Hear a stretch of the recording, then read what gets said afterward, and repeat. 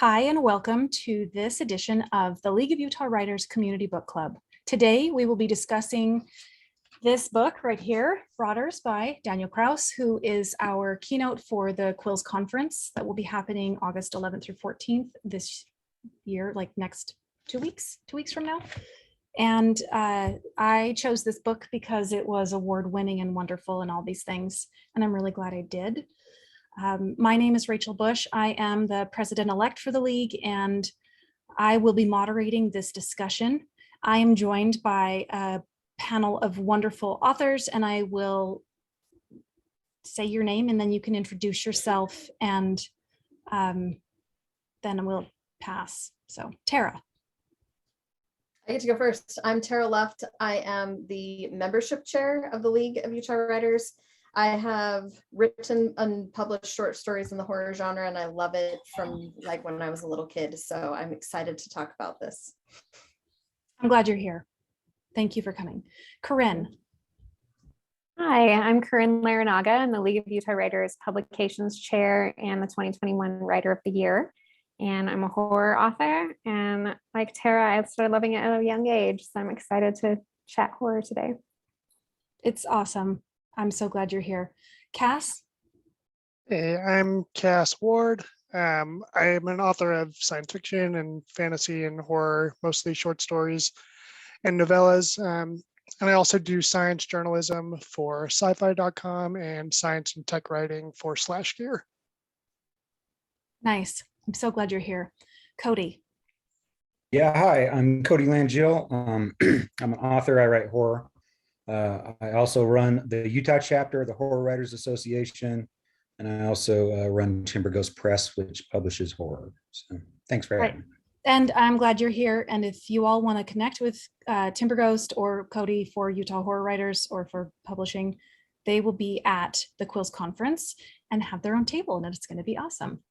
And I actually think we are all going to be there. So join us and come and hang out with us. It's going to be great. Join us. Yes, it wasn't creepy at all. No. I think the first thing I want to talk about is the way Daniel started this book, right? The prologue he created for this book. It set the tone for the entire story in a way that was so beautiful and disturbing. I don't think I've ever seen anything quite like it. What is it that we learn about Joey in the very beginning of this book? How are we introduced to him? What do we know about him? What is his relationship with his mom? Well, first of all, she died and that they were very close. And she was basically his world until she died. Right. And now we have to assume that he is like, he's on his own, basically, right? That he has no one. Yeah, I think, go ahead, Cass. No, you go ahead, Corinne. I think the two things that really stuck with me from that prologue were, one, his intense anxiety, which is what hooked me. I was like, this kid, his brain catastrophizes the way that mine does.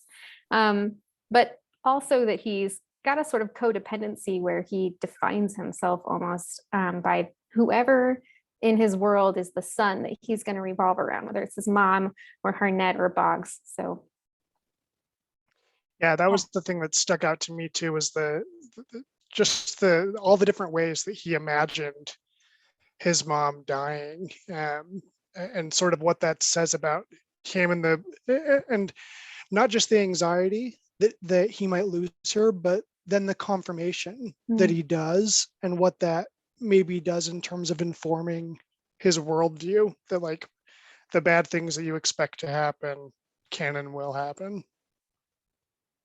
Yeah, it's a great opening because it kind of it kicks it all off very quickly, right? You know, we meet the protagonist and immediately something horrible has happened to like turn his world upside down.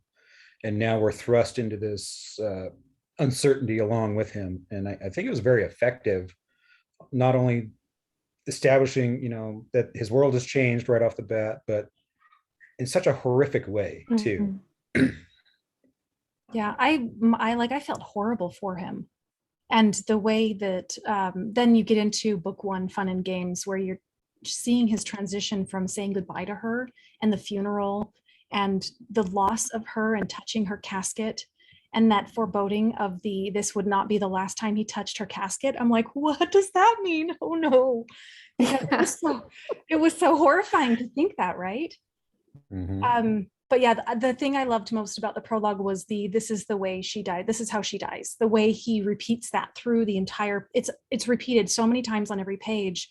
And when I was listening, the narrator used the same pacing with their voice. This is how she dies. This is how she dies. So every time it like caught my brain, I'm like, oh no, she dies again. She can't die all these times. What's happening? It was amazing.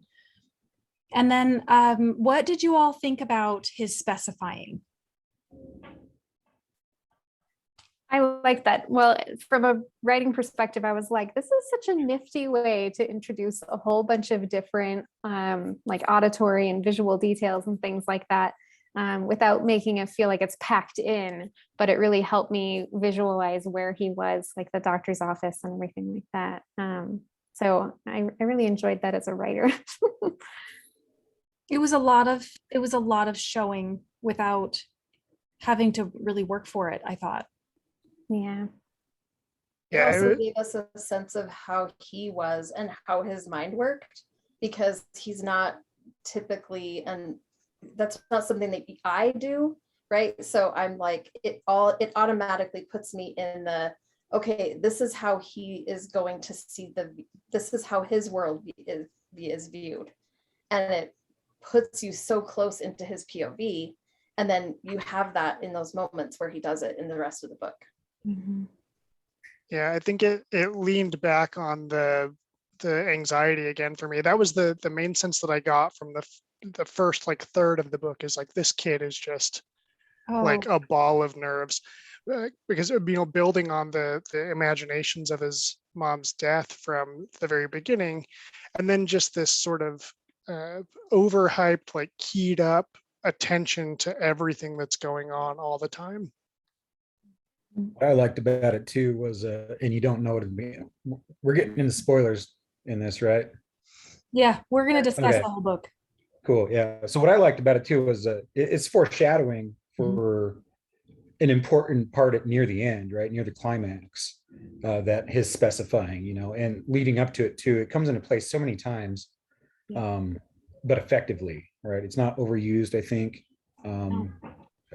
Kraus uses it during certain points in the book that I think help kind of either ram home, that he's stressed out at something, or when he finally learns to like, or uses it on purpose, right? When he starts to kind of channel that specifying too. I think is very effective. But Yeah, and I think that's one of the things that I really love about the way Daniel writes, is not that I am a horror fan, because usually it gives me horrible nightmares, but I really like the balance, how he balanced things. He uses special details that are very grounding for the story, for the reader, and but doesn't overuse them, right?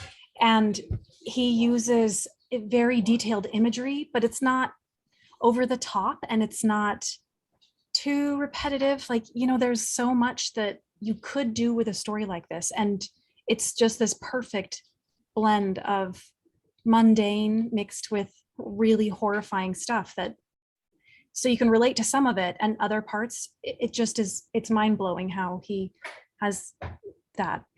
It just is, it's crazy. One of the things too that stuck out to me throughout this book was the importance of the relationship with his dad, who he only calls dad once in the beginning and sort of refers to him vaguely as dad at the end, and how important that relationship is. And yet he doesn't know this man. So how do you think Joey feels going into this stranger's environment, going into this atmosphere of meeting this person but not knowing this person, and then the reaction from all of that, like how that I can't. It was an interesting evolution for me, because it's this roller coaster, right? Like, he shows up in a new town, a new state, a new place. He doesn't know anybody. And he meets this guy and he sort of immediately is hoping for this connection, right? And then it's almost immediately clear that it's not going to happen. So then he kind of pushes him away and he's like, whatever, like I can do it on my own. But then when he gets, when he is very quickly sort of rejected by the rest of the town, then he's kind of forced to latch on really hard to like the only place he can find that's even a little bit safe. And it's ironic that it's like, it's not safe, but it feels safe in contrast. Yeah, I think that initial meeting for me is one of my like top 5 moments in the book, right? And Cass, you kind of nailed it. Like he comes to this brand new place, doesn't know anyone, and then gets kind of, sidewalled when he gets to his new home because no one's there. There's nothing for him. He's got to figure it out all by himself. He's starving, all this stuff. And it's kind of visceral, really, like, because he shows up and like you're hoping, that it's going to work out for him, and it just does not. It's just adding to all the horror that's kind of building up to this point. He just lost his mom. He got uprooted, and now he's in a stranger's home who doesn't even want him there, in a strange place where no one wants him there, and he's trying to figure that out. And Rachel, you mentioned something earlier I kind of want to touch on. He only calls him dad like once, and kind of one more time, like a little bit further on. Names in this book are very important, I believe. People have a certain name and it may not be what their actual name is. And the names change as the book progresses. And it's important because people are evolving.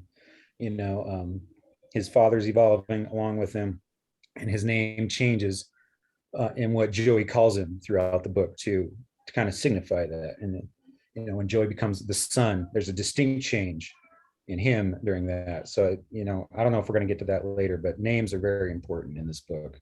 So. They really are. And I really like what you touched on there, where you were saying the horrors that he experiences at Bloughton High are, for me, that was worse than falling into a soupy grave. I mean, that was like, it was so surreal to me, but that kind of bullying and the torture that he goes through, and the disconnect from people who are supposed to keep him safe, the school administrators and teachers who then also are bullying him. I mean, the only one who doesn't is Ted, really. And, Foley, those are like the only 2 people in the whole one, maybe Heidi a little bit, but out of everyone, to me, that was the worst part of the story. That was the hardest part for me to get through. And honestly, there were times when I had to put the book down and just stop, because it was so hard to read what he'd been through and the tortures of that. I mean, like, I think we can all relate to that, whether we were bullied or we saw it happen to our friends, or like if our kids or our siblings were bullied. I mean, there are a lot of cases where, that made it so real to me. What do you think about that? In a way, I feel like the book itself is based on a very horrific type of topic, right? Grave digging, it in itself, and all the things and the horrors that they see. But it almost paled in comparison to me the heartbreak of the first part, when he has no one and he is literally starving because there's no one that he has in the world that even cares about him. That was, for me, the hardest part to read, because it was so real in the framework of this other stuff that we were going to get into that I was prepared for. I wasn't prepared for that part because it was seriously hard. I kind of wondered too, because Joey definitely got into grave digging in a way that I don't think that I personally could ever do. But I was thinking a lot about how if he hadn't been completely bereft of anything to hang on to, if he had had some living people that he could like interact with that loved him back and didn't completely make his life a living hell, that maybe he wouldn't have been so attracted to grave digging, because the attraction of the corpses is that they don't do things like stand you up in front of a class and jab at your genitals with a stick. So I think that's the contrast that I really liked was the horrifying thing that Tara pointed out, the inherent horror of grave digging versus the horror of other people. Well, and Yeah.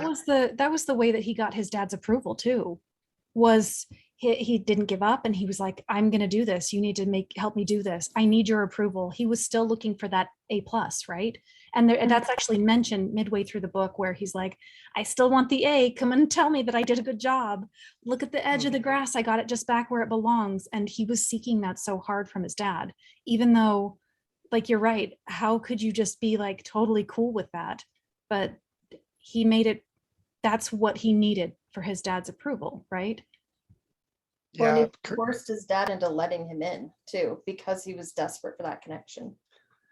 well, and Corinne, I think you nailed it, because so I went into the book completely unaware of what it was. I didn't know anything about it. I didn't read like the back cover copy or anything. And so the first like third of it was just like, man, this is just a really like a bummer of a book about a kid who's having like the worst experience at home, at school.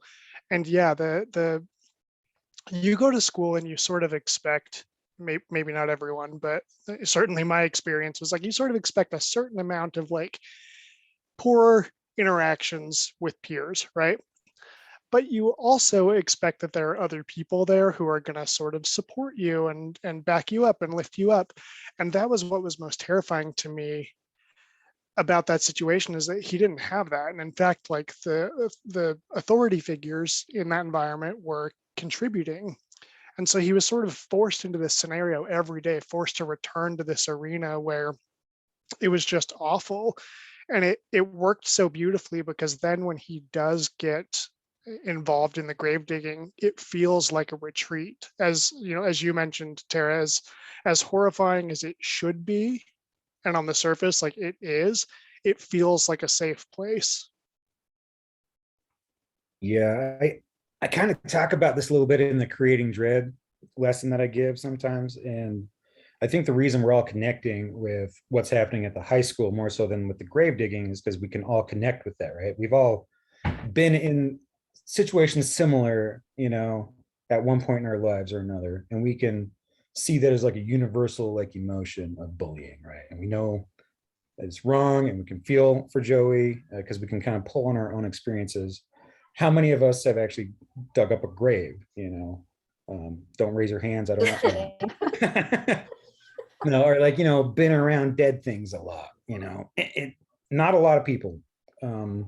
Plus, I think the way that Kraus kind of wrote those scenes, and like Cass said, that's the safe place.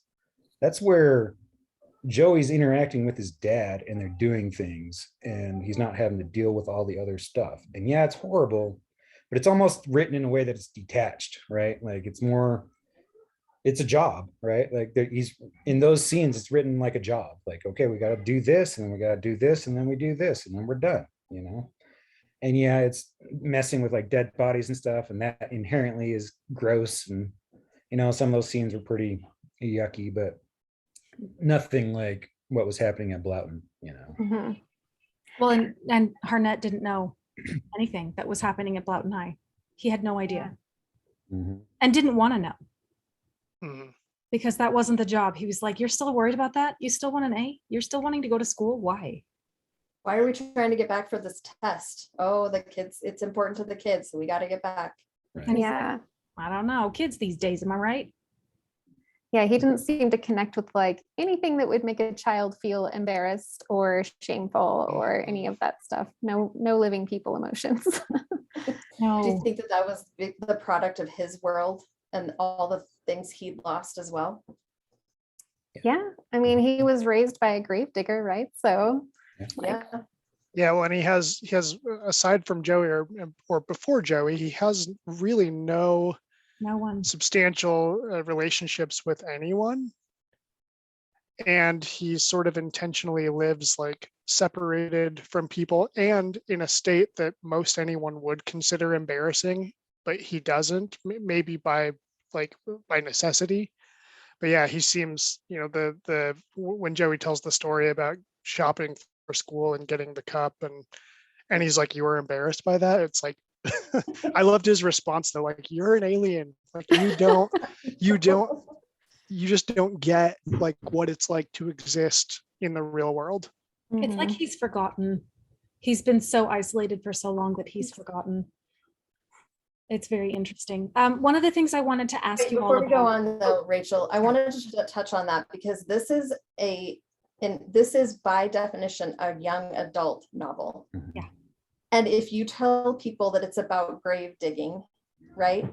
People are like, how is that okay? And you know, if you're reading some of the reviews that I was looking at on how it was received, and people are so mad because this is not something that a 17-year-old should be reading about, right? But I think that we should, as writers, because this is a writing, you know, group kind of thing, we should be making the world this real for all of our YA protagonists. It is Joey figuring out how to be in the world in a way that I haven't seen, in like the horrific way that is real for being in the world when you are that age, regardless of if they're grave digging or not. I think Kraus did an amazing job with that. Yeah, he really did. And it, like, at its heart, it is a coming of age story. And I'm like, this poor kid, his coming of age is so hard. Everything is taken away from him and his whole life changed so much. And it is really awful, but it's also something that I think most teenagers could really relate to, not to the degree, hopefully, but to some degree they can, right? Yeah, so one of the things I wanted to ask you all about, if you're comfortable discussing, is the ties to religion throughout the book. So the two-fingered Jesus and the conversations with Knox and his belief. Is it a belief? That's absolute, like, this is nonsense. Your mother is such filling your head with this garbage kind of a person. How do you think that helped pull the story together? How do you think that helped move Joey through and help him come to peace with what he is now? Well, I grew up Catholic, so I definitely heard all those stories about the incorruptible saints and the nature of miracles and them being incorruptible being one of the miracles.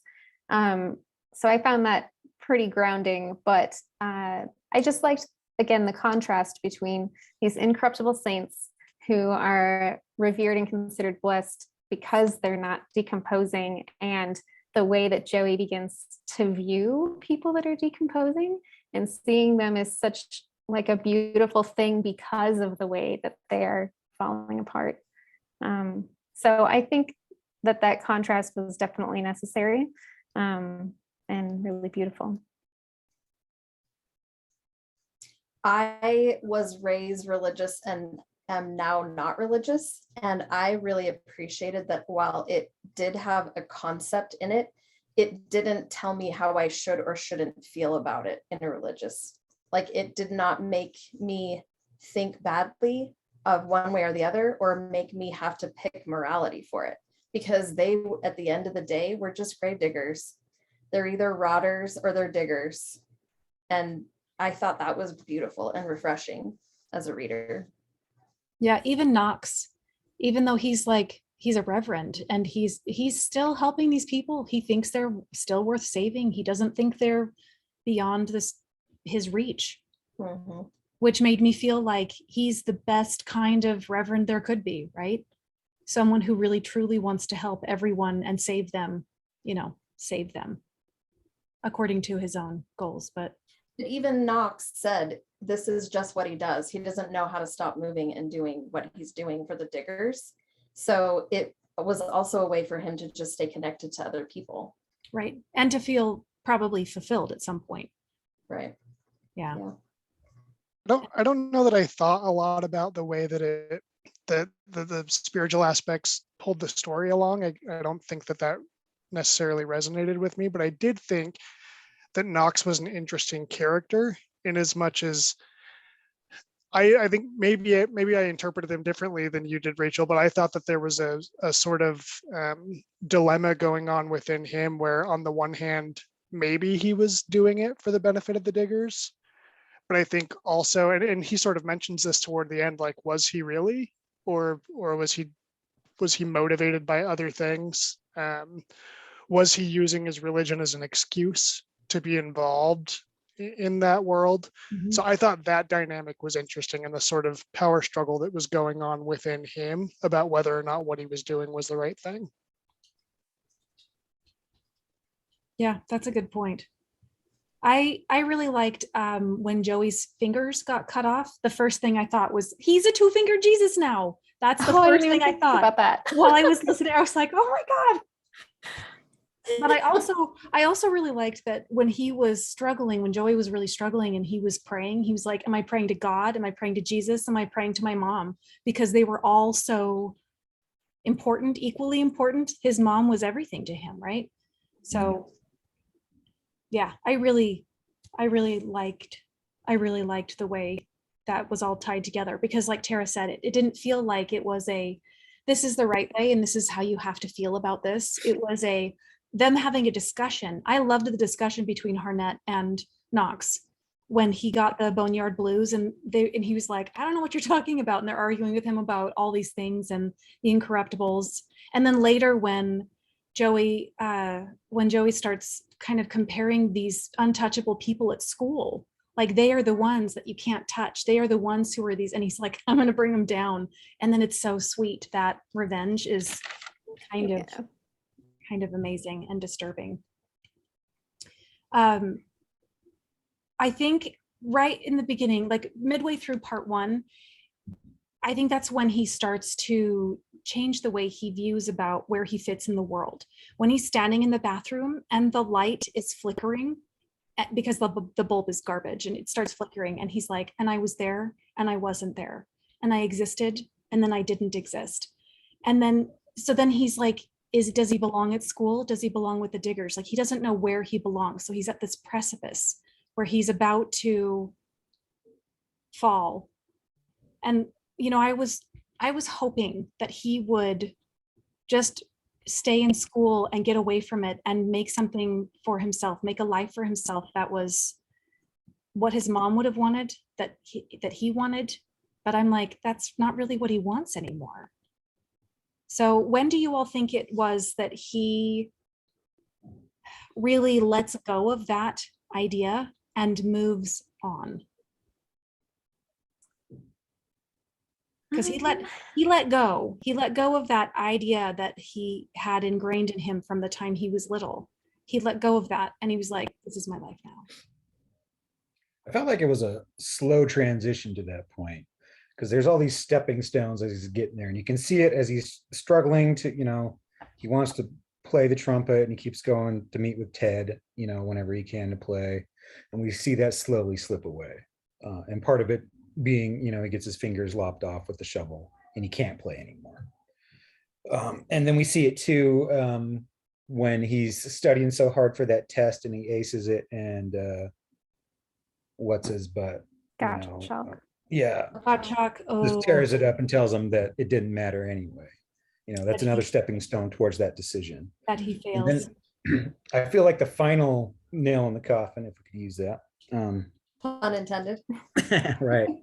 Was when he was with Foley at the movies and the rest of the students came out and saw them together.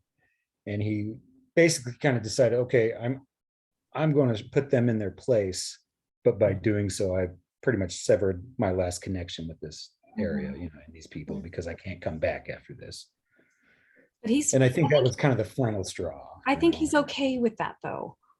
Yeah, at that point, he's obviously okay with it. Otherwise, he wouldn't go through the whole mess of digging corpses up and putting them places, but Yeah, I think he was more than okay with it to go through something so elaborate. But I love that it was that moment with Foley that's what pushed him to, all right, this is the time I'm going to take my revenge, because he could have done that. Maybe he wasn't emotionally ready to do that. But I like that it wasn't an injustice against himself that pushed him over that line. It was the only other person that he had a connection with there. Well, the only other person who showed him kindness. Yeah, him and Ted were it. So. Yeah. For me, I feel like he really figured out that the place for him to be was with the Diggers, was when they were at the relocation and he met the rest of them. And he got to see Harnett's eyes and him as the resurrectionist, and that he had a place with them, and that it was a place where he could potentially have a future. And then when he came back for the test and it was all over, and he's like, F you then, dude, because then when he came back at the beginning of the next semester, that was when he was like, nope, I'm not coming up. And everything shifted for him at school as well, because now they were laughing at Gottschalk. And that for me was when he knew that this was not where he belonged, and he didn't have to care about any of them anymore. And That's then when what happened with Foley, that was sort of like the, okay, now I'm really out. and he had So. transitioned to the son at that point, right? Right. So that's when his character switches. Oh, that's right. Yeah, Yeah. Yes. that moniker of the It's son. with a capital S. Yeah. Yep. Yeah. I And think so now he's not just the Joey Crotch anymore. Now he's the No. son's. Mhm. He's Yeah. respected, right? For his talent with the woman in black, right? Everyone is Yep. like, oh, did you see what he did? He was amazing. Yeah, Cody, I think you're right that it's a slow transition. And I think that that's pretty well illustrated by the fact that all of us have different moments when we feel like the switch happened.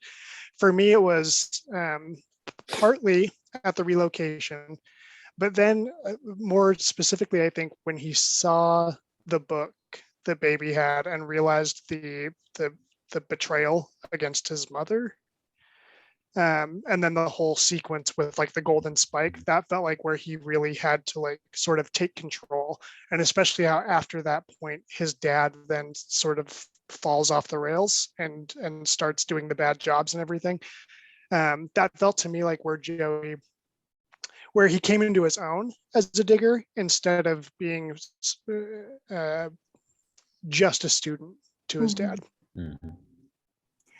I really like the way that the pacing sort of changed at all of those markers as well, because in the beginning, everything in Joey's life is such an uphill push that it's moving slowly and he has to like tick off the days on the sink.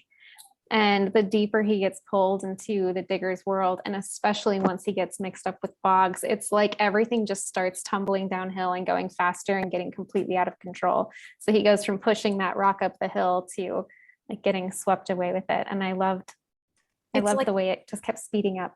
It's a very frenetic, that the pacing at that part, the last third of the book, I would say, is like, it made me anxious, not for Joey, but just like, oh my God, what's going to happen next?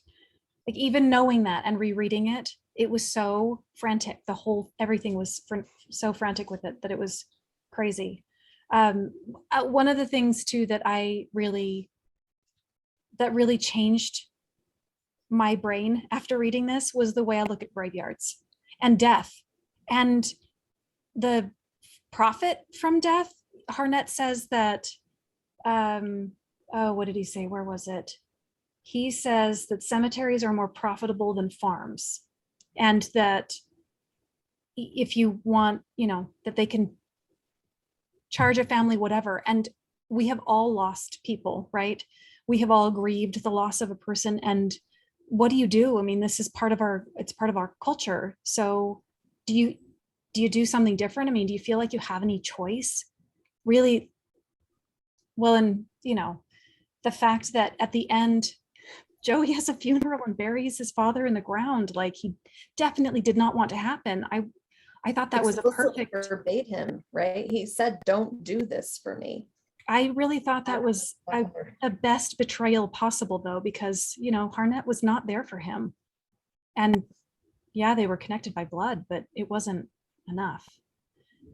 So, back to the profitability of cemeteries, though, because I had not thought about that until reading this, and it's like,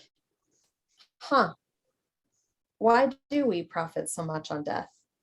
And how much of it was true what Boggs was saying, that we should expose them because this is what they really look like and they should know. I thought that was so cool. Like how I don't know, I'm in awe of Daniel Kraus when the stuff that he came up with this book, because I thought, take grave digging and then flip it on its ass and say, this is because you're afraid of death, but this is just what we're all just going to do the same thing. We just all rot in the ground. Well, I think that's why there were so many people that were so uncomfortable with this book, especially with the age group it was aimed at, because our culture is specifically terrified of death. We are more afraid. Death is more taboo than sex and drugs and everything else. It's like, it's terrifying because we don't understand it. We don't want to look at it. We don't talk about it. You don't, and it's the embalming and the makeup they put on people after they've died so they can have an open casket. Why do you need to look at a dead body like that doesn't look like a dead body at all? You got to pretend like it's not. Well, and even when Joey sees his mom again and he looks at all of the repair that they had to do because of the way she died, it's like, oh, wow, I did not ever think about that, because no one thinks about it. We all just want to pretend like everyone's going to be pretty and you go in the ground and then we never have to see you again. I've never seen at any funeral I've gone to that's open casket, they never look right.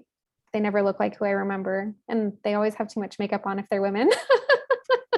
Like Exactly. they wore it natural face while they were alive. And then the mortuary decides that they need to, have Homer Simpson's makeup shotgun applied to them. So. Yes.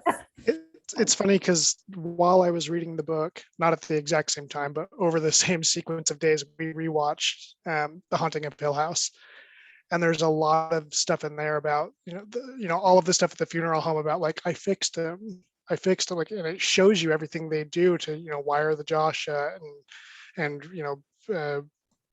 fixing the head and fixing Nell's neck and all the makeup and everything and all the effort that goes into it to hide, what's going on. And so it really it was like, oh, I had these two stories kind of happening at the same time that were both about death and about all of the effort that we go into and all the money we put into like delaying for that extra few days, accepting the fact that like you die and you pretty quickly start to fall apart and it's not pretty. But instead of facing what it is, the reality of it and how it's not pretty and how it's a decomposition, they hide it, right? With fluids that smells way too sickly sweet and with so much makeup that it is ridiculous.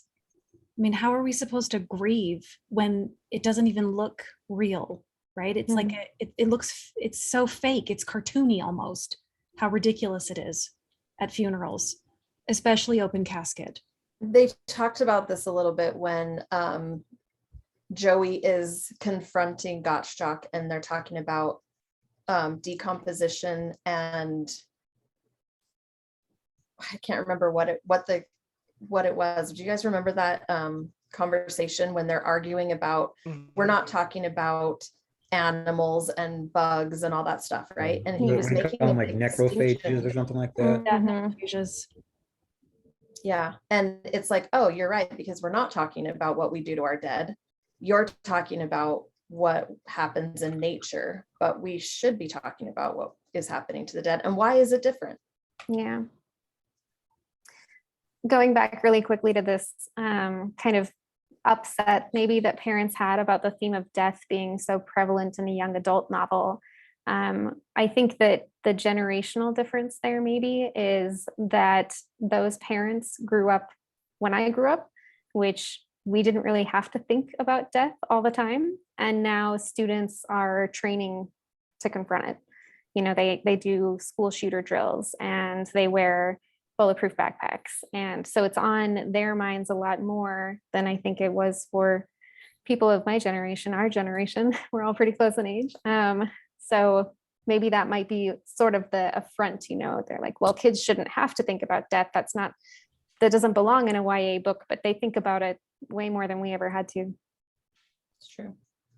Yeah, well, and adding on to that too, I really liked the comparison between Foley and Joey when they go to the graveyard on Halloween. And Joey's like, cool, I know my way in. I can get in here. I know my way around. I feel comfortable. He's totally at ease. And Foley's like, I'm uncomfortable. I don't want to be here. I'm scared. I want to go home. And this whole time up to it, I'm like, oh, maybe they'll be fine together. And Foley really understands. And then Foley does not understand, because how could he? He can't. Yeah, that's kind of funny actually, because in that moment I was like, yeah, he's gonna like have a little buddy and they're gonna go grave robbing together, because I'd gotten so pulled into Joey's world that I was like, this is normal, like this is a total activity that him and his friend can do. And then fully being like, no, I'm afraid of graveyards. I feel like I came back to reality at the same time Joey did, like, oh, normal people don't want to do that. And then he had to like put his foot back down, like, that's right. Yeah. And then, yeah, and Foley just wants to like pretty him up and make him smell nice and take him home and feed him cookies, which I thought was that's really kind of like embalming too. Like he cleaned off his body, he made him smell good. So Mhm. well. And when he gets home and Harnett calls him a cadaver.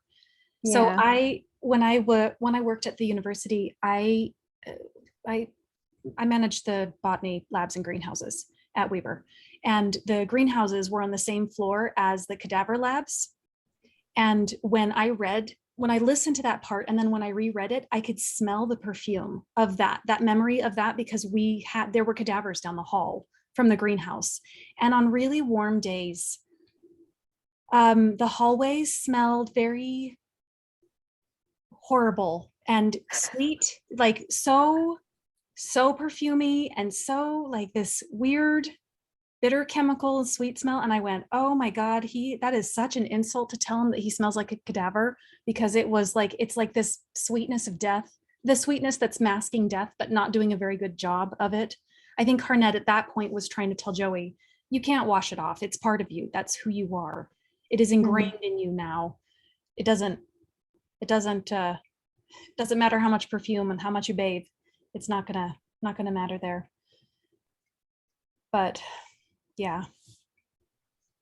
Tara talked on this already, was the transition that Joey has when he shows back up in part 2 of the book, where he goes and stands up to Gottschalk in class, and he's like, no, and then argues with him openly about decomposition and all of that.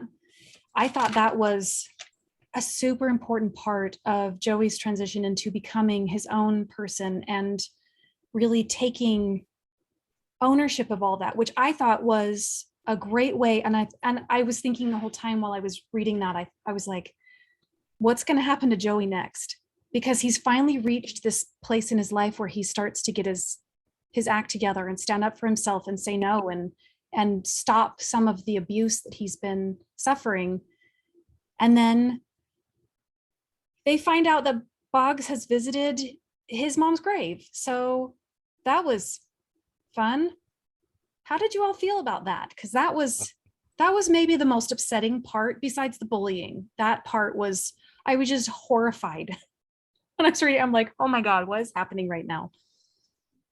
Yeah, it's kind of the desecration of his last pure thing, right?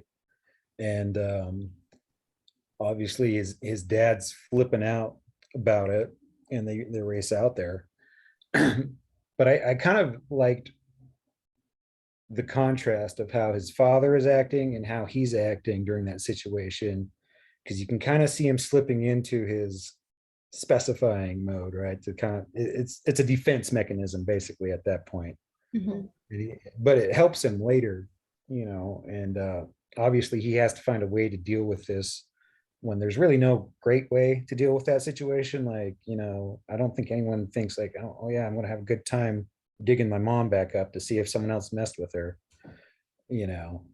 so it's a horrible situation, but it's presented on the page in such a way that it gets the point across that it's really horrible, but it's not overdone, right? Like, For me, it also gave Harnett a view that we hadn't seen, because just as Val was for Joey the only good thing that he had, in a way it was the only good thing that Harnett had as well. And the fact that they didn't really want to be apart, it just happened because they had to be apart to protect Joey, was heart-wrenching for me, because you saw him totally, it destroyed him when he found those pictures and knew what baby had done.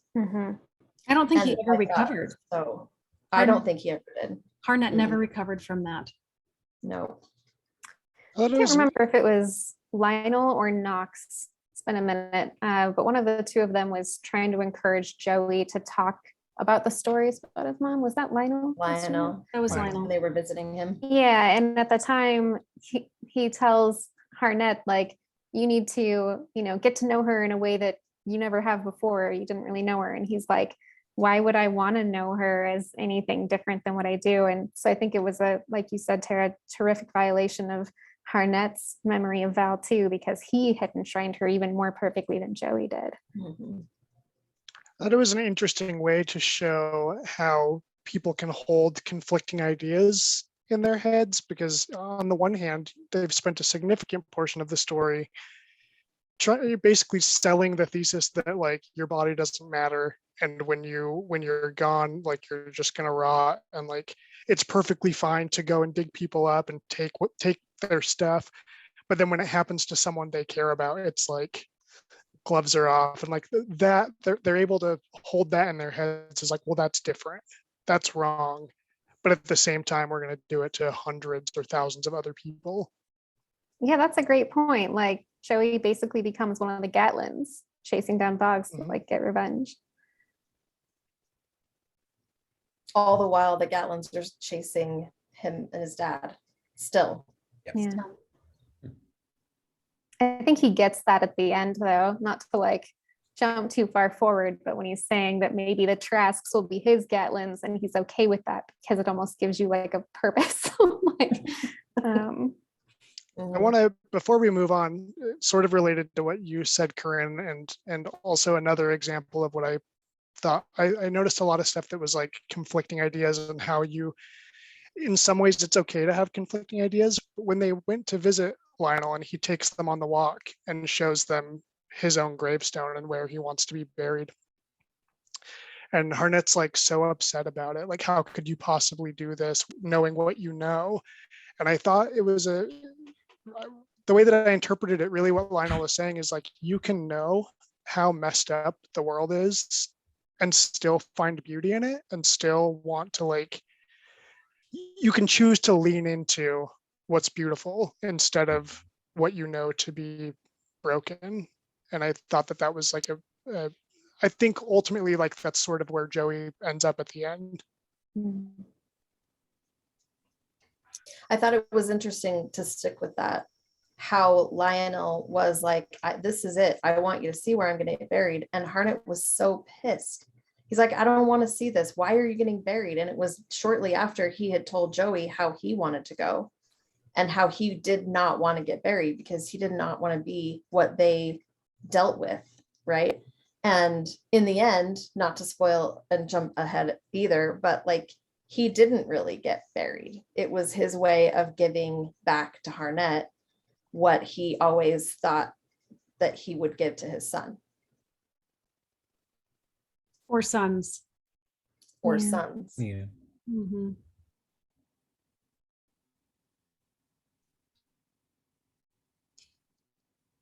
It is, I had a point when Cass was talking, I was thinking, oh yeah, that sounds like something that's really great. And then I completely forgot.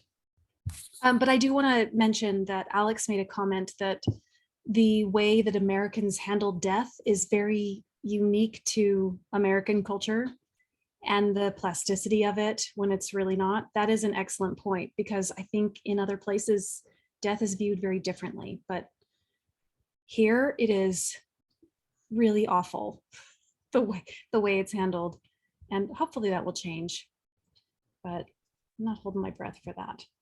I think there's a little bit of a growing movement. There's more options now, like the green cemeteries where you get buried in basically like a sack. And, you know, I think cremation is becoming more normal, even, you know, in certain religious circles. Like I said, I grew up Catholic, and a lot more of my family members are getting cremated, even though for a long time that was super frowned upon. So I think that it is evolving, but like everything else, it's slow. Taking a really long time. Yeah. Mm-hmm. Yeah, and grieving families have a really hard time. There's something that Harnett said early on was, you know, to be careful around kids' graves, because parents are weird about their kids' deaths. And I 100% believe that. there is down the road from my house, there was an accident that killed a teenager. They drove off the side of the road. And I see the parent of that kid on the side of the road every single week, multiple times a week. And they are putting up fresh flowers. It's been months, maybe a year by now. There are pictures all over it. It's a shrine. There is a shrine on the side of the road. And I'm like this, if no one would ever touch that stuff, because those parents, they would know something and they would go berserk, right? I absolutely think that. But I also think it's weird that we have this ritual of burying our loved ones with their belongings, right? Which I thought was like, why would you do that? Who was it that said that they had been at a funeral where the phone was being buried with them and people were still texting them? Yeah. I mean, I think that goes back like thousands of years, right? I mean, you've got, the tombs, and I don't know. I think I can wrap my head around that, as much as I'm like I don't necessarily believe in like an afterlife or anything, but I can wrap my head around like the sort of guttural, emotional response to wanting to provide like a last comfort to someone, as irrational as it may be. Mm-hmm. Right. Yeah, I can't criticize it. I bury cats with toys all the time. Brushes. Brushes. I didn't even think about that. That's such a good point, because my cat that died a couple years ago, it was like, okay, let me get the case and I'm going to put his favorite blanket in, and here's some treats, and here's a toy, and like, yeah, you do this whole thing to make them comfortable, but really to make yourself more comfortable. It's so Yeah, true. because I think when we're talking about like death, it's an inevitable thing, and we all know it, but especially here in America, you kind of touched on it, we don't want to know it, right? People here are so scared of that happening, whereas I think in other parts of the world, it's more that you're growing up in a certain culture, and then in America, I'm not saying there's no culture here, right, but it's a big mishmash of culture. Mm-hmm. And so our views on death may not be as rooted as, say, like a region of Europe where the same folks have been living there and passing on an oral tradition of, this is what happens and this is what we do and it's okay. Whereas, here it's a whole, like I said, a mixed match of cultures, and it's just not so established, I guess. And we just want to cling to the now and the us, and not what may or may not happen when you die, right? And I think it starts with even before we die. We're so afraid to talk about death and plan for death and discuss end of life that I sort of think it just blends into, and then we'll just not think about it in death, and we'll just keep ourselves happy and out of sight, out of mind, and we'll just make them look as real as we can. And right, yeah, those last memories, right? Like, oh, we want the perfect last memories, so that's what we hold in our head. right. It's not even just our deaths. Like, I think about like the food industry and how much effort gets put into like do all of it behind closed doors and process it and package it so it doesn't look like so that there's a wall of separation between us and anything that's the least bit uncomfortable. Mhm, Right. for sure. Well, true. Cody, I'm sure you deal with that because you hunt, right? Oh yeah, like, when you break down an animal after you've killed it, so you can like preserve the meat and take it home, you really get an understanding of, okay, this is what every piece of this animal does and its function. Whereas, just like Cass said, you go to the grocery store and it's in a little package, you have no idea like what part of the animal did this come from, or like what was its purpose, or how was the animal treated, or anything like that. I mean, that's one of the reasons why I like hunting, is because I know exactly where that meat came from, how it was sourced, and that animal lived its life until I took it, and I realized that, and it's not a pretty thing. But I think that's better than the animals on a big beef ranch or farm or something. But anyway, I'm getting on a whole other topic. No. I that's why I wanted to ask you about that, because I spent years teaching in classrooms to kids and I would talk about where their food comes from, because a lot of their food is plant-based, right? Right. And I'm a botanist, so I'm like, let's talk about where your food comes from. I bet you didn't know what wheat looks like, because they don't. They also Yeah. don't know where pepperoni comes from. And they don't know what hamburger is. They don't know that it's from a cow. They don't know that even pork chops, they don't know that they come from a pig, even though it's Right. the pork is in the name. They have no idea where their food comes from. And I think there is that separation of like the prepackaged, tidy, clean death in a box that you can go and buy for $4 a pound at the grocery store, or cheaper when it's on sale. And then you could stock up and freeze a whole bunch of death in a box. And they have no idea where any of it comes from, which I wonder if your perspective on life and death is different than other people's, because you take life, but it's for a reason, and it's for a purpose, and it's respectful, and it seems different to me.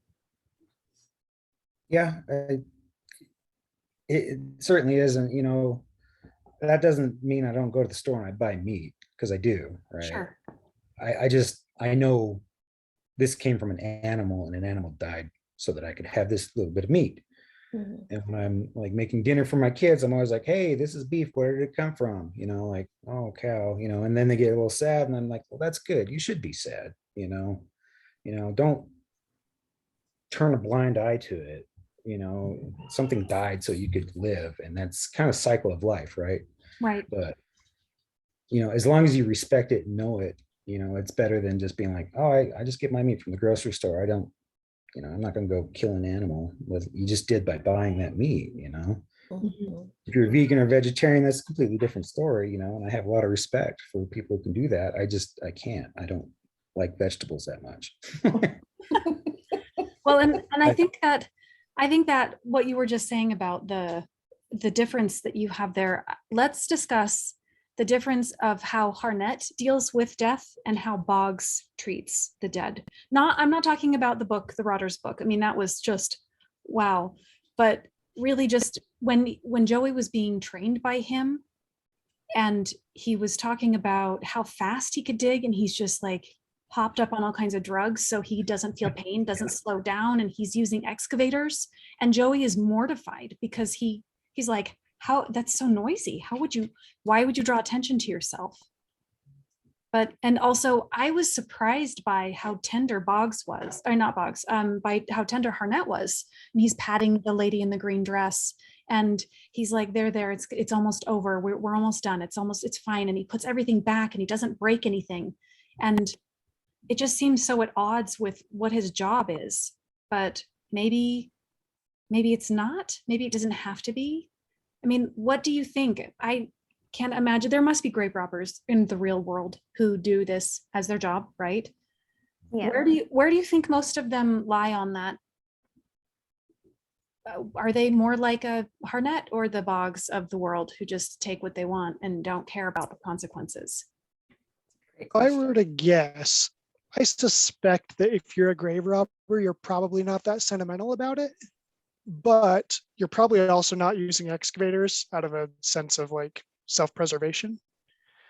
But that was one of the things that I really liked about the diggers was, yes, it's a grotesque activity, but there was a sense of history and culture and rules and ways that you do things and ways that you don't.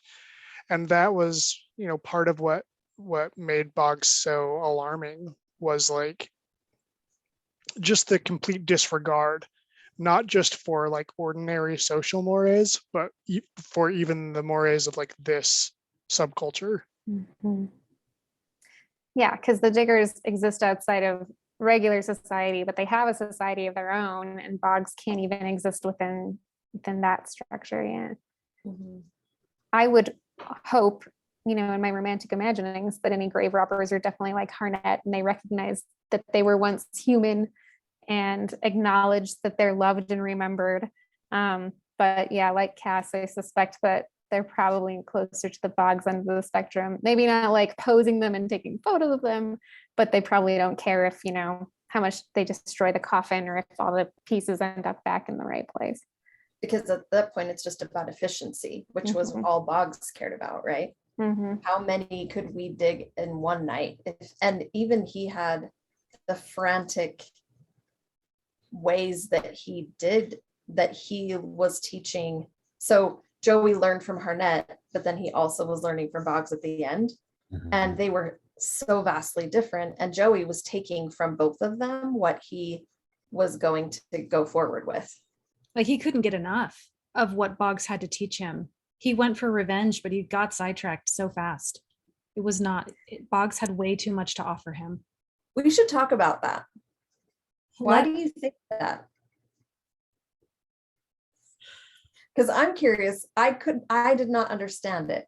Was he just so fascinated with that there was a different way to do it that he could forget so easily? Or was he that also in the grieving and the need for revenge that took him there, that he couldn't process it? I think revenge took him there, but I think it goes back to that codependency that he displayed in the beginning, that he, only understands himself in relation to who he's attached to or learning from. So I think that revenge got him to Boggs's door, but that desperate need for an A, like we were talking about earlier, and to have some anchor, that's why he kept staying. I think that, he couldn't go back to Bloughton. He didn't think that he could go back to his dad and the bad jobs. And so learning from Boggs was kind of the one way that he could keep a foot in something that he knows. I think it was also freeing for him because he wasn't held back like he felt like he was with Harnett.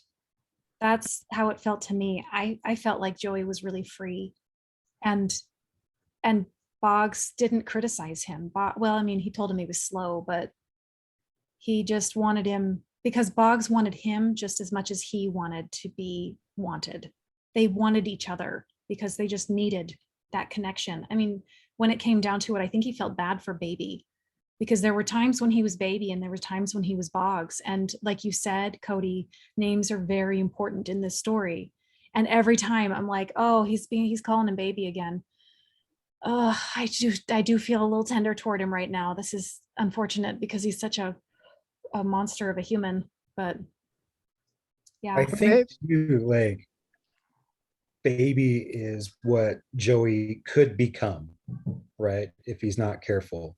Because I think there's a little bit of overlap between those two characters, if you want to go like one's dark side, one's light side per se, and now there's a battle going on and we don't see it so much like in your face, but it's happening behind the scenes, this battle for Joey and what he's going to become eventually. Well, I think we start to see a little bit of that in the beginning with Knox and Harnett kind of arguing over what's going to become of Joey. And Harnett's like, he's fine. And Knox is like, but we know what could happen to him. And you get a sense that there's that darkness waiting for him. I also got the feeling that when he showed up, I think he didn't really know what he wanted. And he sort of mentions that when he shows up and Baby's like, you're here to kill me. It's written all over your face. And he has this moment of introspection when he's like, am I? Is that why I'm here? Is that what I'm going to do? And can I do it? And so I think there was a moment of hesitancy. And I got sort of like, good night, Wesley, I'll likely kill you in the morning vibes, where he was like just putting it off. Sort of like, as long as you're useful to me, we'll procrastinate this, even if that was maybe an excuse to not do something that he didn't feel like he was up to doing. Well, and I think also when Joey admitted that, yes, that's why he was there, and Boggs was like, okay, and it wasn't like he didn't beg for his life, then it became less an immediate need, that it could just wait a little bit. I think it also goes back to that when Lionel says, maybe I was wrong to have two, because if there had never been both of them in like the son sort of trainee and how it ended up with Baby, that maybe it could have been, maybe it was avoidable, right? And so then you have to feel tenderness to Boggs a little bit.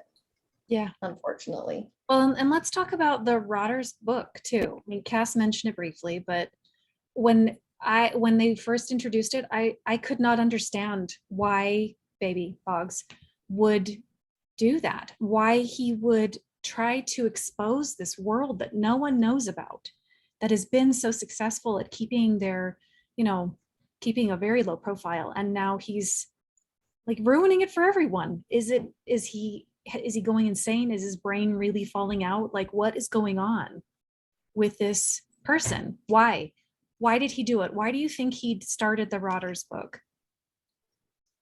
I think it's because he can't be a part of that anymore.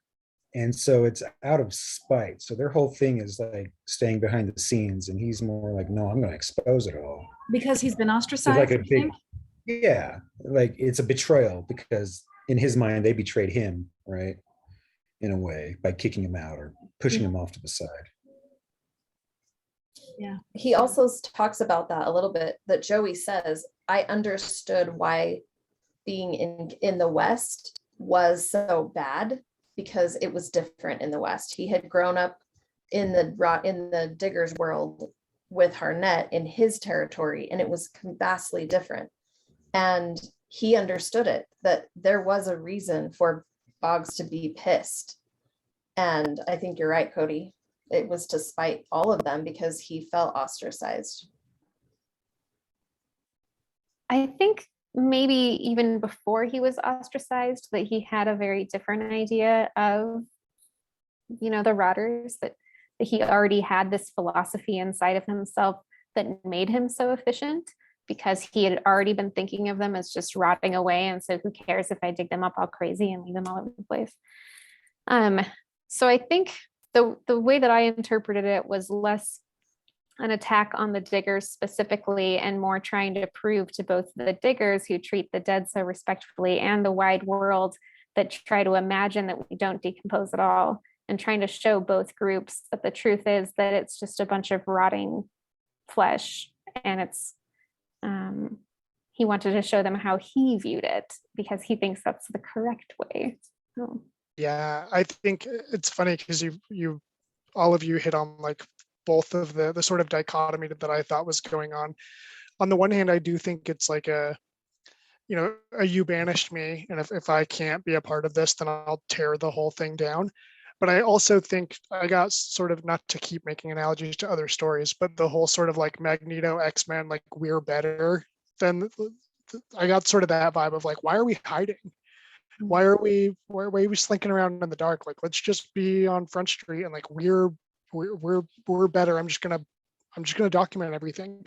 And I think Joey even reckoned with that a little bit at the end of the story when he destroys the book, and he has a moment before he does when he's like, should I do this? Like, or is this like an important historical document that, I think he says like it should be in a museum somewhere. And that sort of conflict between hiding and sharing what they're doing. Yeah, I also got a sense that the Rotters book was bound in human skin. Was that just me who imagined that? I imagined like a scrapbook you would get from Michael's.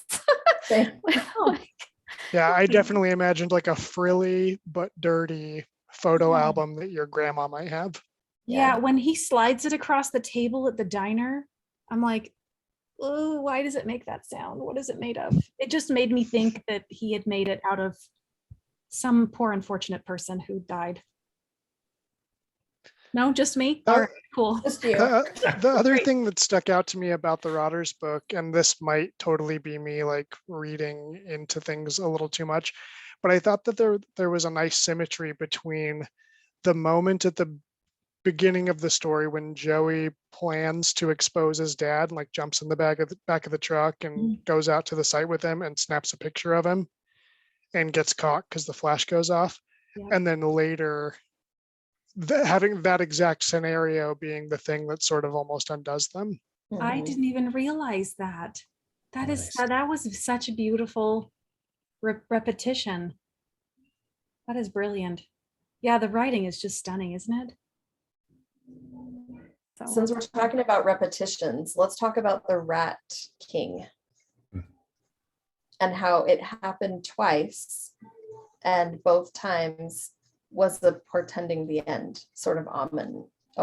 mm, I thought that was fascinating how they did that, because Harnett and Joey, it was Joey who found it, but it was when he was with Harnett, and it was what had led to Harnett and Boggs being undone as well. yeah.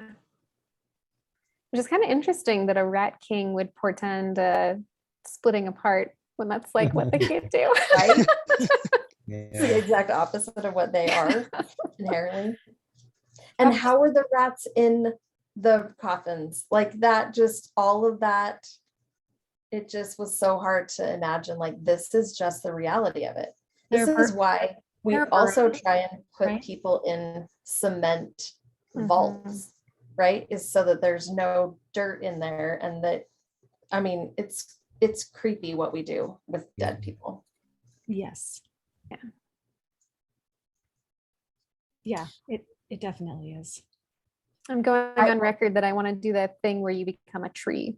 So I'm always afraid if I did that, the tree would die. And then I've already left strict instructions for my children that I don't want to even be embalmed. Just put me in a cardboard box and burn me up, and then do whatever you want with my ashes. Because Yeah, It's- living wills are the best. yes. I also, I lost my train of thought now. Dang it. I was thinking about death and, oh, no, I remember. How is it, do you think, that Boggs did all of the superhuman shit that he did? How did he do what he did with the spikes? Where he methamphetamine. was behind all of that, He right? had a knife in his ribs and he was like, look, it doesn't hurt. Look, No, my but I eye's mean, like, falling how out. did he keep track of all the Gatlins and keep the Gatlins on, like, that was all him, right? And he was the one who broke in and stole the spike that they had already gotten, and then basically led Joey by the nose with the little, like, here's your map, here's a car I stole for you, go and do it. I mean, how was he even capable of doing that, especially knowing the state that he was in at the end when Joey was with him? Well, if he That's was a good like, point, 'cause they kept saying like my brain's falling out, like I don't have a good brain, but you're right, like that would take so much planning and efficiency and organization. well, some people have bigger brains to begin with, though, so maybe he could lose some of his and still be kind of a genius. I think you also can be like bad at, quote unquote, like normal relationships and still be like the Michael Jordan of grave robbing. And manipulating others into robbing a specific grave. Mhm.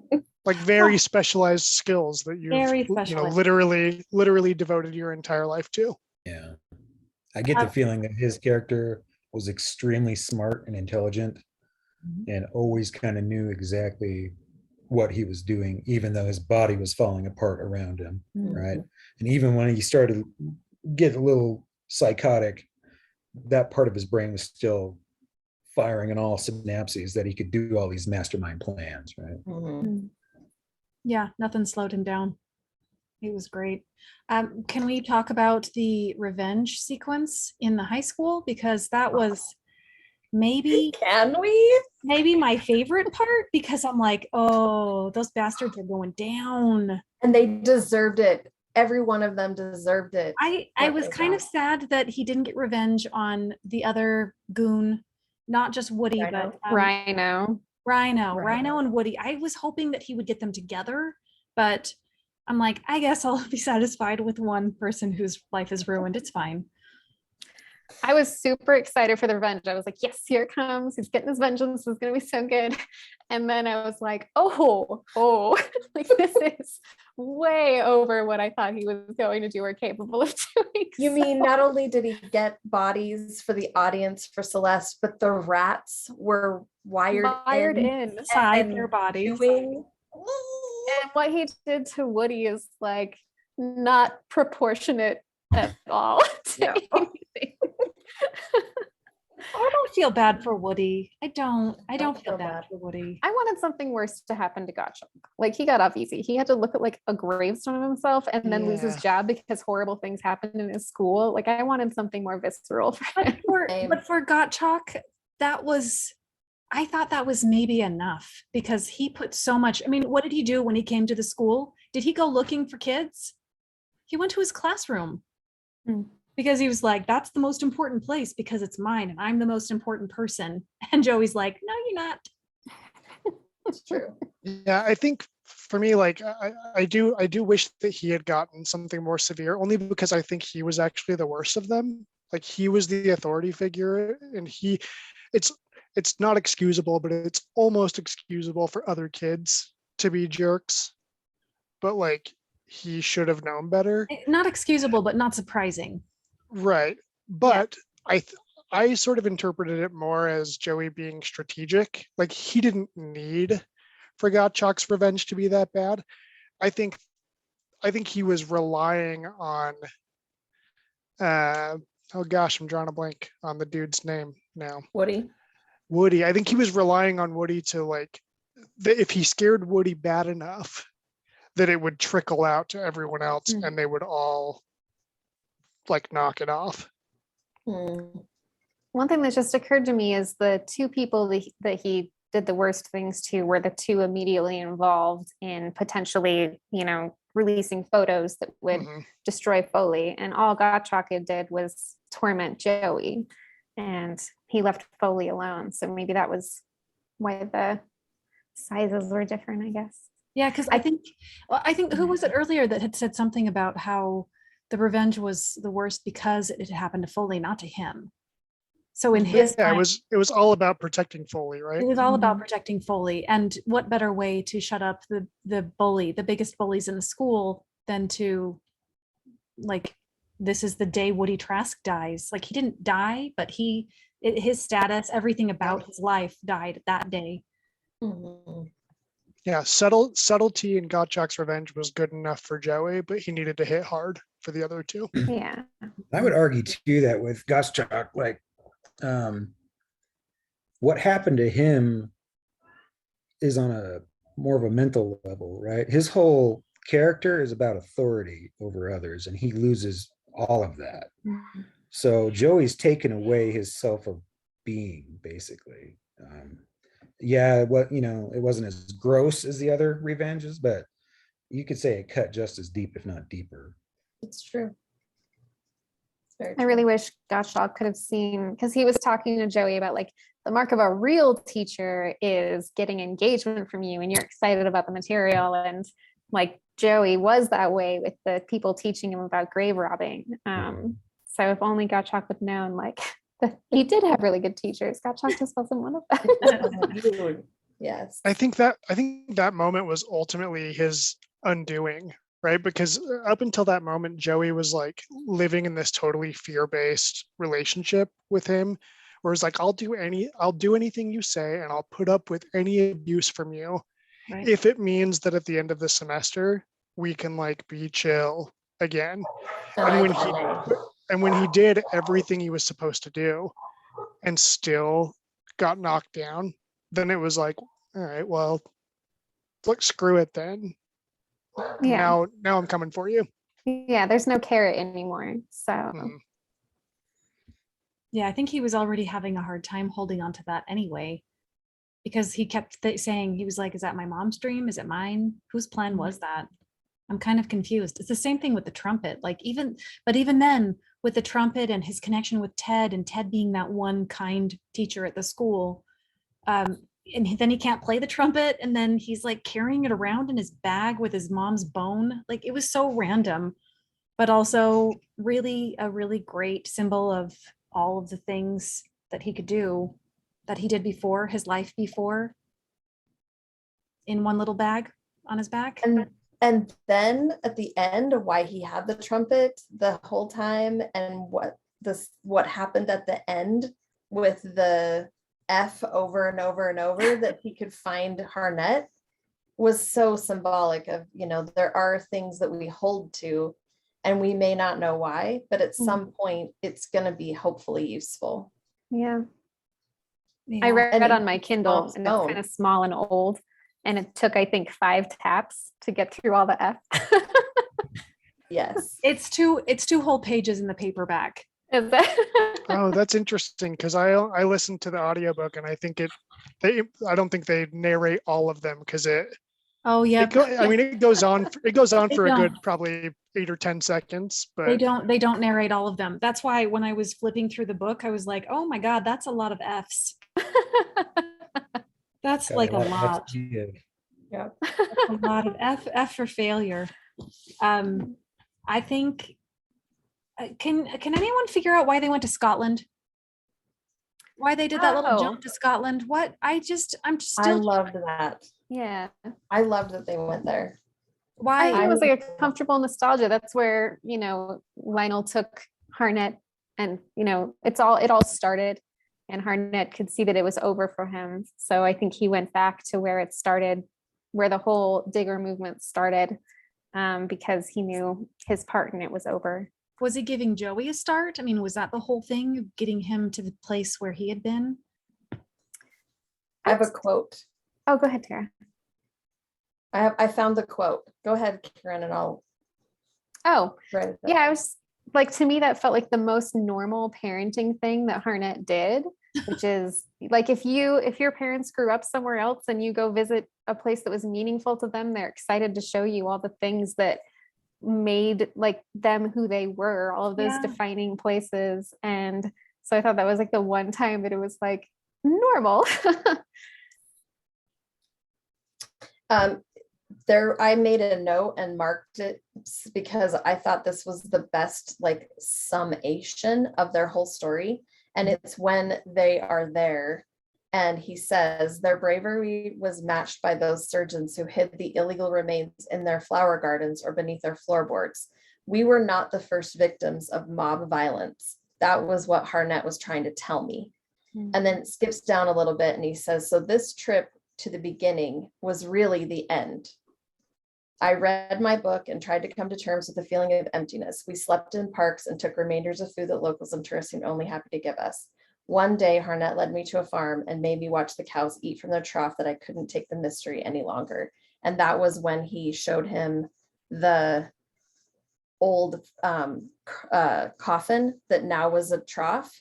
And he was trying to tell him that like, this is your shared history, but you also can go past it. And Harnett was trying to tell him, you don't have to go back and like try and relive this. It's over. There was a reason why we existed and now it's done. I guess.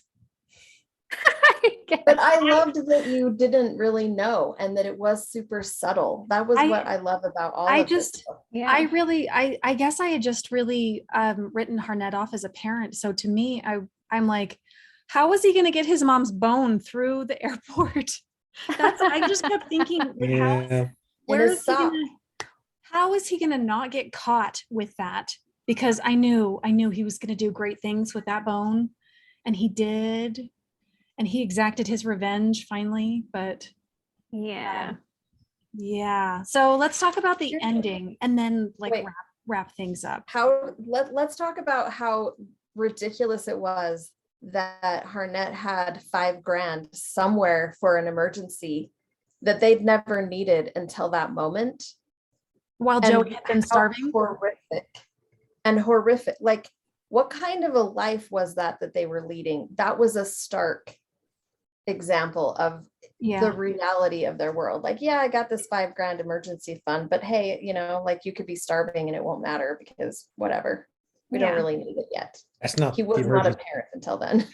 Yeah, I think I felt like when they went to visit Lionel and Joey saw that his house was like a normal house, and he realized that his dad was living that way on purpose, like by choice.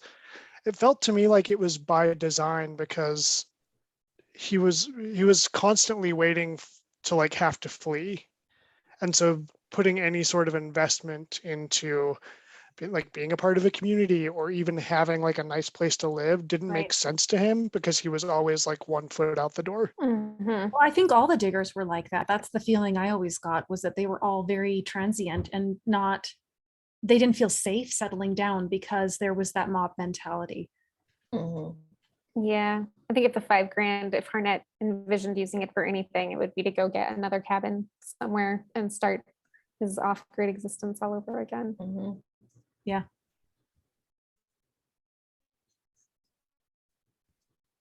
All right, let's discuss the ending. Which part of the ending? Oh, there was so much happening. There was, it was of all the things where you like throw all the rocks at all of your characters to make their lives miserable, there, everything was there. There was the tropical storm, and then there was the timeline they were up against, the time trying to get to the grave first, because there was treasure in there, and this treasure was like the treasure. But then the treasure ended up like not even mattering to Joey. Joey didn't even care. Like there it went. See you And later. it was lost to all of them. Like it was never going to be anyway, because no one knew the Lionel even had it, right? Yeah. Well, I But guess you could argue that baby got it in the end. Oh, he got it all right. Got it. That was kind of like a Gollum, Lord of the Rings moment for me when he like went off the side with the casket and like, Yeah. Mount Doom. There you go. Just like grinning at the gold in his hand. Totally. Because he was headed that way anyway. He was destroying himself, Boggs was, right? And so it was fitting that he would go down with that, and that at the end father and son were together, and it was more important than all the riches, because Yeah. they now were father and son. Yep. Right.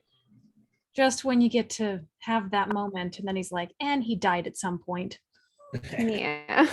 Cool. Why do you think you waited 5 years to bury him? Oh, I got the feeling he did that because he wanted to see who would come out of the woodwork, to see if there were any diggers left. Because Boggs had ruined so many of those lives, and so he'd exposed them and opened them up to oh, who was it? Well, Crying John ran away, and then who was the other one? Under the mud. Under the mud. That was horrible. mhm. And Mhm. Boggs was responsible for that. But I Yeah. think those people that would, and Joey doesn't really say who it was on the other side of the fence. He just specified their faces and that they were there. And then he picks Yeah. up that shovel and he's like, oh, it feels good in my hands. Yeah, that last line was so great, but I felt like moving his grave was, on the one hand, just like as much as he had a complicated relationship with his dad and like sort of hated him on one hand, I thought it was like, a sort of the natural like want you to be close. And then I also thought at the same time it was like, you didn't want to be buried and I'm going to bury you twice. Right. I think it was also a way to force the people of Bloughton to deal with this man they vilified, Mm. and but to give them time to like settle down a little bit and be able to accept that he was there. Maybe. I don't know. Yeah, I guess maybe by that point, Bloughton had finally felt like home to Joey, maybe. So, Well, and Ted made that point too, how Bloughton had a special kind of sympathy for him because they didn't blame him.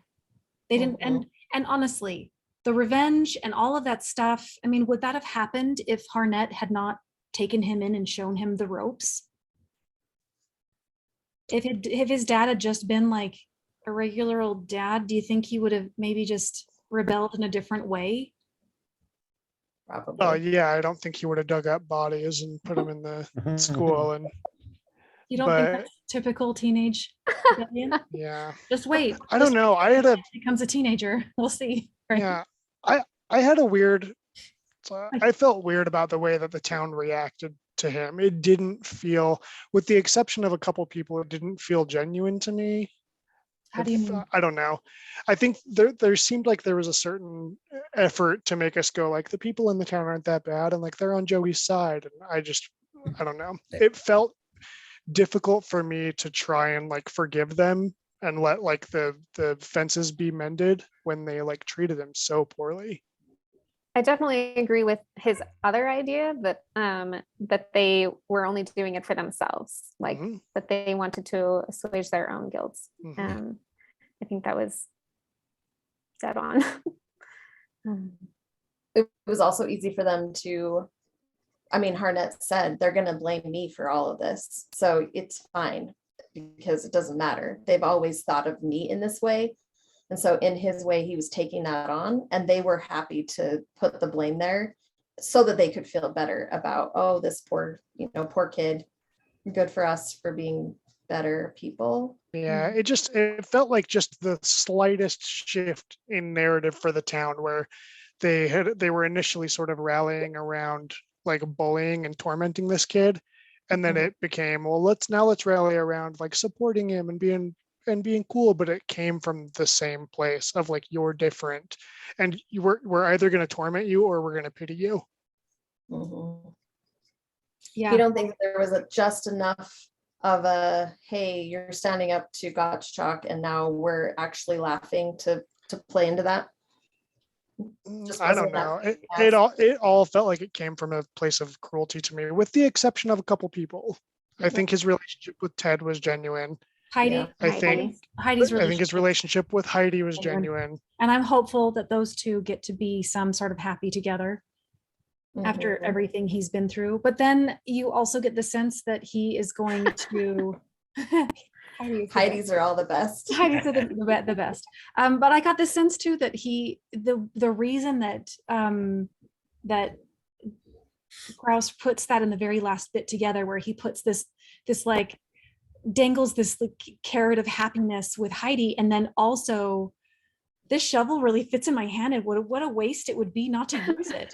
Like, it made me think, I don't know where this is going to go next. It could be any number of things. Are he and Heidi the next Harnett and Val? Right. Or does he just remember that and have this like weird hidden part of himself that he doesn't share with anyone? Or does he just give into it again and go all out because he's just born for it? I think Or does something he will evolve happen that will force him into it. You think Or that's does what's going to he- happen? Or does he evolve into it? Does he evolve it like he was already doing and taking from both his fathers, if you will, and then maybe he becomes something new? Yeah. All I mean, possible. with the right shovel in his hands, right? Yeah. I mean, he talks about developing looking for a career that doesn't involve checking bags at the grocery store. And I imagine you probably could marry those two worlds if you found the right way to do it. Like, there are jobs you could get that won't run you afoul of the law, but still let you, exhume bodies or work in a morgue or whatever, Mhm. to sort of satiate that part of him that he's infatuated with. He could become an archaeologist. Yeah. Yeah. Or I don't know, go work at one of those places where they watch bodies decomposed for forensic science, or I don't know. Yeah. Yeah. Forensic science seems like a good fit for him. I just had a thought. What happened to the Egyptian shovel that baby still had? It went down with baby It did. Yeah. in that fight sequence. That's what I was worried. That's what Yeah, I was he thinking. gashed Harnett with it, and then when he got Oh, that's stabbed with the right. bone, he dropped it in the water, the rising water. Such So a shame. satisfying, the bone stabbing, but It was so good. yeah. It was such a revenge. It was his mom's last revenge on the one who had defiled her grave. Yeah. Chekhov's femur. Nice. Yeah. Oh, that was awesome. Well, thank you for joining me on this amazing discussion on death and destruction. Do you have any other finishing thoughts you want to share about this beautiful story? In conclusion, this book was really weird. Full stop. Like, I got to the end of it and was like, yep, that's a story I read. I liked it, but it was like, I don't know. It's not, it didn't fit into like any sort of narrative tradition that I was aware of or familiar with. And it was certain, like, I don't know. I just was like, I don't even know how you write that kind of story. It was a book. So adding on that, when you all write things and you immerse yourself in this world, what do you think his mental state was like while he was researching this level of detail? Because to me, that would just be, it would take up my whole world. Don't you think it would? It was interesting because in preparation for this, I read the book and then I read a bunch of like reviews and watched some like interviews with the author. And in one of them, he mentions like his inspiration for the story, which he said he used to work in television for like a news crew, and they were driving out of an area that a hurricane was hitting. And he saw cemetery flooding and that some of the caskets were like rising up out of the ground, and he imagined these people showing up to like trudge through the water and see if they could find valuables in the caskets, and that's sort of where it came from. He also said that he set up a Google alert for grave robbing while he was writing, and that once or twice a month he would get an alert that it's still happening and that there would be some report of a grave robbery. Wow. I just So wonder, yeah, I don't know. I imagine you probably would get into a weird headspace. yeah, I wonder too if he interviewed people who had done. It seems so authentic to me. It seems so real. Wasn't it like a little too real? Some parts of it. Like the casket liquor that was only mentioned one time, but has stayed with me Forever. forever. That will be in my brain forever. I Right? imagine some of that information you could get from like forensic scientists and people who work Probably. in morgues. And so, yeah, I would suspect he probably interviewed some people. I bet they if do he have to interviewed grave exhume robbers, he bodies. probably wouldn't tell us. Right. That's true. That's That's true. true. We are going to get to talk to him. I know. He's can on the find out. Horror After Dark panel. I do think that it was masterfully crafted from a writing perspective. I was in awe of how many parallels he was able to make and the themes that were so well done throughout. It was really, I aspire to write this well personally. And the use of beautiful language to describe horrible things. Yes. Even think- when he's being bullied and when he's in a hole in the ground with a rat king. I mean, all of it was so beautifully written. Mhm. All of the I words. think you said, you touched on it, that the way that he wrote it, it was so precise, the things that he did say that were horrific, that it wasn't over the top. It was just enough to leave you with that. Right. I thought it was very, very well balanced. Anybody else want to do in conclusion? In conclusion, I I'd think recommend it to everyone should- anybody. Yeah, I think everyone should read it. It was great. For me, the most memorable moment was when they're just like sitting around and Boggs pops out his eye and says, "Oh." Yes. It was so much of it summed up his whole like personality, and his mental space right then was like, huh, Mhm. that's my eye. Yeah. Guess I don't need it anymore. Down. Right? Yeah. Which Ray Bradbury was it that he was reading in that? Did it specify which Ray Bradbury story? Because I imagine that he's reading The Skeleton. Have you all read The Skeleton? I Mm-mm. have not. Because I've that read is a what I couple of them. imagined. That is what I imagined him reading. And it was, it is the most disturbing Ray Bradbury story I've ever read. It still sticks with me. I read it years ago and I'm like, oh my God, that's what Boggs was reading. It has to be what Boggs was reading, is The Skeleton by Ray Bradbury. If you haven't read it, you should read it. It's in a collection of short stories. I have a copy on my shelf, so you could. I am pretty sure that it talked about that it was a collection that he was reading, because And pieces of it kept disappearing, right? right. So But there was a section that he kept rereading over and over again. So maybe you're right. I'm just going to imagine that he kept rereading The Skeleton because that would be the most perfect fit for Boggs. ever. Corinne, you have it on Kindle. Can you search to find a word on a Kindle? I don't know. To Now see I which, want to see which Ray Bradbury it was. Probably can. There's like all kinds of features on there I can't figure out. I'm glad I'm not the only one. I don't think it specifies which one. I think it was just, you Yeah. mentioned the collection. Yeah. It was right October after, something. it was sometime between chapter 30 and chapter 32. Because I I wrote think notes. 31 is the one between those two, Rachel. There wasn't much left of Bradbury. Boggs had used most of the pages to light our fires or wipe his ass. That's on page 389. Look. And no one appreciates your sarcasm, Cass. I do. I did. I Kind laughed. of funny. I'm here for it. You're all dead to I me. thought it was a good book. I like the switch of vocabulary, like when he transitions kind of right before he does his revenge, because you can tell just the way the author was using his words, that he's no longer like hiding anymore. He's confident in himself and what he's doing. So yeah, it was good. I'm glad you read it. I'm glad that you asked us to do this panel so that I did read it, because I don't know that I would have ever stumbled across it. It's an older book. I'd never heard of it, and I'm so glad I read it. Yeah. Thanks, Rachel. Yeah, I'm excited that we got to be on this discussion. Thanks for humoring me and my, I don't know the genre, but I love the story self. Same. But yeah, thank you so much. Join us next month for a discussion of, I can't remember what next month's discussion is going to be on.